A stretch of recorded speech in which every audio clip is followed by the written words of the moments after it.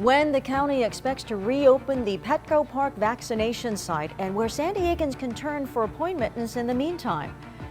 The local teen putting fire safety lessons to work, saving a home from being burned to the ground. And Kensington residents fighting to preserve 100-year-old trees. They say they are in the fight for the long haul. ABC 10 News at 11 starts now. ABC 10 News at 11 starts now. Welcome, you guys. I'm Virginia Cha. Right now, we are working to find out if the promised Moderna vaccine doses have arrived to replenish the supply at San Diego's biggest supercenter. The Petco Park site has been shut down since Sunday as the county waits to get those vaccine doses. There were still appointments available at other sites around the county this morning, but the station downtown has been the driving force of the San Diego rollout. Third now of the vaccines in this county have been administered just here at this site. Gives you an example of the potency and power of scale in terms of the efficient distribution and administration of the vaccine. There have been some shipping delays, but local officials are expecting to get a new batch of doses today. Now, if that does happen, the Petco Park site should reopen tomorrow. And as the county eagerly waits for those doses of the Moderna vaccine, the company is giving us an idea of how many doses they've delivered across the country.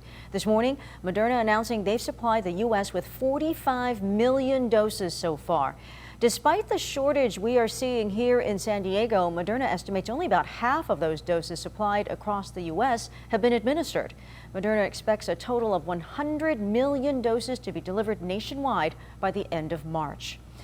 Meanwhile, new this hour, we are learning thousands of vaccine doses are still available in this county. Sharp Healthcare opened up 2,000 appointment slots at their county vaccination stations. Now, those are the super stations at Grossmont Center and in Chula, Vista. They also have appointments at a community site in Coronado. These are doses they knew were coming from the county and now have in hand. And you don't have to be a Sharp patient. Just make an appointment online. And just a quick reminder, appointments are still only available for people 65 and older and healthcare workers. With all the questions surrounding the vaccine shortage, Governor Newsom is going to be providing an update on the state's response. We will be listening to that. We will let you know if he makes any major announcements.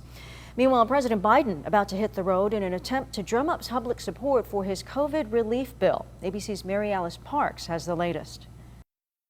With the impeachment of Donald Trump in the rearview mirror, President Biden is getting out of town, visiting communities hit hard by COVID-19 to make his case about the need for his massive $1.9 trillion COVID-19 relief package. We do have the tools to reduce a lot of suffering in this country.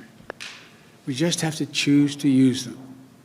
So it's time to act. He hopes to connect with families and put pressure on GOP lawmakers to support his proposal. So far, Republicans on Capitol Hill have been adamant the bill is too expensive, but the White House says Americans are looking for help. Whether you're a D or an R, you want to reopen schools, you want to get relief to people, you want to get shots in arms, and you want people and businesses back to work. A Quinnipiac poll this month found 37% of Republicans support Biden's proposal. Some major sticking points in negotiations: which Americans based on income should receive $1,400 direct relief checks, and how much money should go to schools and local governments to help communities reopen. Also in Washington, bipartisan momentum to set up an outside 9/11 style commission tasked with investigating what exactly led to the January 6th siege of the U.S. Capitol. I think there should be a complete investigation, who knew it and when they knew it, all that, because that builds the basis so this never happens again in the future. And just breaking this morning, a new lawsuit filed against President Trump, his lawyer Rudy Giuliani, the Oath Keepers, and the Proud Boys related to January 6th. The NAACP and the chair of the House Committee on Homeland Security say that day they intended to keep members of Congress from doing their job. Mary Alice Parks, ABC News, Washington. A new coronavirus outbreak on the San Diego-based USS Theodore Roosevelt. The Navy announcing 3 sailors on that ship have tested positive for COVID. We're told they're asymptomatic and in isolation. And that's coming less than a year after hundreds of sailors on the ship contracted COVID. One of them died. That outbreak prompted the ship's commander to request more assistance. After that letter was leaked, he was removed from his post. Today, the Chula Vista City Council is expected to greenlight a program we told you about yesterday. Now, it would provide millions of dollars in aid to struggling renters. The money would come from state and federal funds. The city of San Diego has secured similar funding in recent weeks. Chula Vista has nearly $17 million in funding that eligible residents could use to pay past due and upcoming rent, as well as utility bills. Time is of the essence. There are many people in our community who have been disproportionately impacted by COVID-19. They need help. We also have some very strict deadlines that we have to meet in distributing these funds. Officials are still working on eligibility requirements. You can sign up for updates through the Chula Vista website. The city also working on a call service for that system. The city council set to vote on the relief funding later today. Well, a 13-year-old Lakeside girl is being called a hero after she noticed a fire at her neighbor's house and called for help. ABC 10 News reporter Marie Cornell has more on the message she wants to send to other kids. It makes me feel like I'm in a big dream. Having lived in Pine Valley, 13-year-old Aubrey Bedsole was taught how to spot fires and what to do if you see one. But she never imagined, now living in Lakeside, she'd have to put that to use. Monday, as she was playing in front of her house, she noticed something strange next door. And I just see a big black puff of smoke. And I think for a second ago that's right by where the fireplace smoke would come out, but it's too dark. Concerned about what she saw, she rushed in her house to tell her mom, Lindsay, to call 911. Lindsay, who is a trained EMT, ran outside to try and keep the fire from spreading. I ran over and started spraying the garage because it started to catch the house on fire. And there was 2 dogs inside. Both dogs made it out safely, and Lindsay says the fire was contained to the garage. After, Lindsay says emergency crews were calling Aubrey a hero, something she'd never expect to hear, but hopes her experience will teach others this lesson. I learned just to always tell someone, no matter what happens, no matter what you think it might be, how big, how small, because you never know what could happen if you don't. Marie Cornell, ABC 10 News. Wow.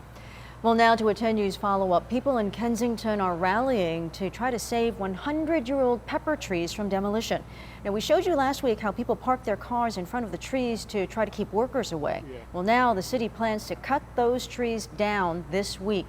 But ABC 10 News reporter Jared Aaron says the folks who live near those trees are trying everything they can to protect them. These signs showed up this week saying no parking all week. And for people who live near these trees, they know that means the city wants to come in and cut them down. That's why they are standing guard, keeping watch to protect trees that they say define their neighborhood. They seem to have a vendetta against these pepper trees, and they're going to take them down come hell or high water. People who live on Marlboro Drive have been through this before, fighting for years to save pepper trees they call historic. The city says the trees are decaying and at risk for falling. Not everyone here believes that. They haven't provided any data, any measurements, anything to say these trees are, deteriorated to the point of being a liability.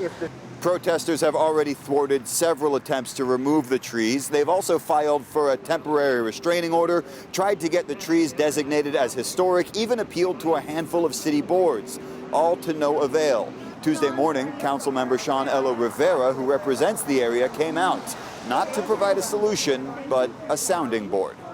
I'm not an arborist. I can't tell you what the actual risk is of the trees coming down is, but I do understand why that's frustrating. There was a small celebration as the people who live here found out these trees are safe, at least for Tuesday. Now they're hoping that shame will be enough to keep them here full time. They say they'll stay out here as long as they need to. One person even told me he would climb up into a tree if that's what it took, but they hope it doesn't come to that. In Kensington, Jared Aarons, ABC 10 News. Now, we reached out to city officials for an update on their plan to remove the trees, and we are still waiting to hear back.